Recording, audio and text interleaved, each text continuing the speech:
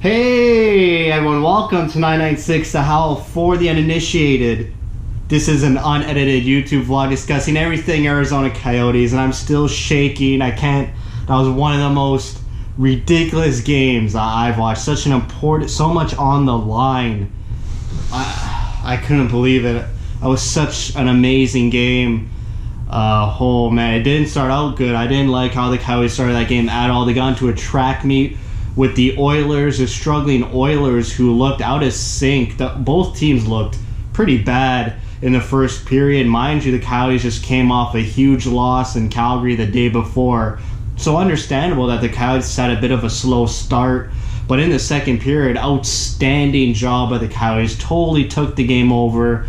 Domination. And Josh Archibald, once again, the hero from Saturday against Toronto, scores. Opens up the scoring with a 1-0 lead, and the Coyotes continue to dominate the second period, but they can't get that second goal. And I think that's where the Coyotes are going to need to improve on down this stretch, down the last 21 games of this season and into next season. You know, great teams, great elite playoff teams really make teams play when they take a period off, and the Coyotes can only get one past the Edmonton Oilers in that period, but other great teams would have got 2 or 3, at least 2 for sure. With the way the Coyotes played, they definitely should have got a 2-0 lead out of that period, but unfortunately they didn't. Then in the third period, a great battle. Oilers finally come out to play.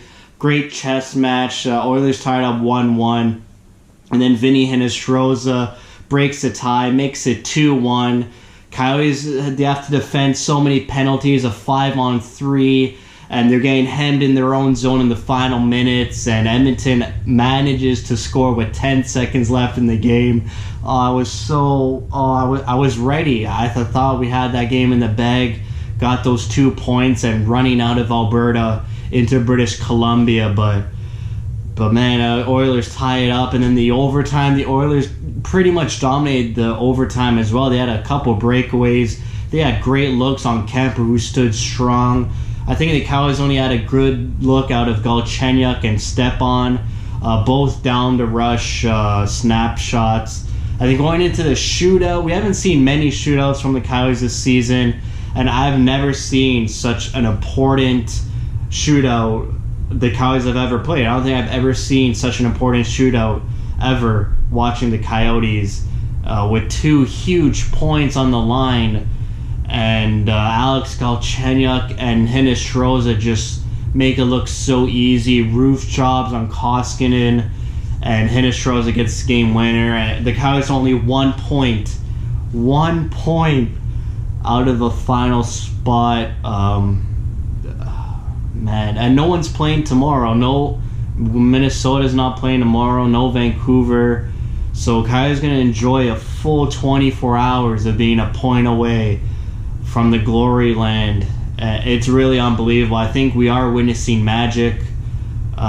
Ladies and gentlemen, I hope you're along for the ride. I mean, it's going to be a crazy 20 games to end this season, and with the trade deadline on Monday, so much could go wrong. So much could happen around the Coyotes too.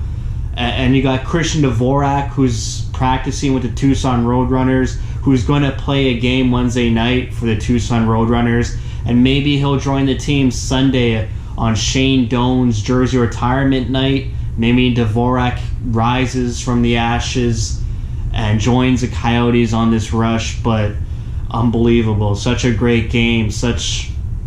I think that's games like this are what's going to attract more fans and more people in the stands at Gila River Arena, and just galvanize all the Coyotes fans together and just watch these games. These are brilliant hockey games. These are games that actually matter. It's not a joke anymore. You're 1 point away from the playoffs. They're right there. It's unbelievable.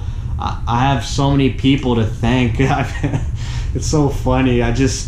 All these moves, like, look at the players who scored. Hinostroza with the second goal and the shootout winner. You got Galchenyuk, who scored in the shootout. You got Josh Archibald, who's emerging as such a great bottom six player, just acquisition after acquisition from John Chayka, and Darcy Kemper, who's 10-3-3 in his last 16 games. Just incredible how he traded Tobias Ryder, who has no goals this season, for Darcy Kemper last trade deadline. And look what Kemper's done for this team. I mean, he's done all you could ask for and more. A backup goalie, taking the horns because the starter goalie is out for the season, and bringing this team so close.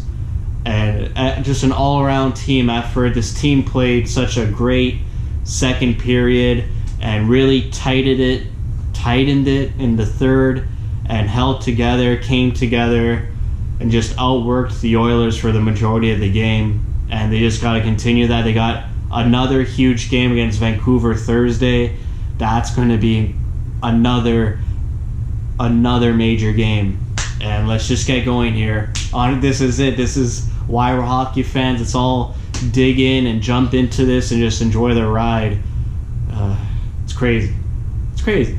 That's it for me. Thank you for watching. Thank you for your support.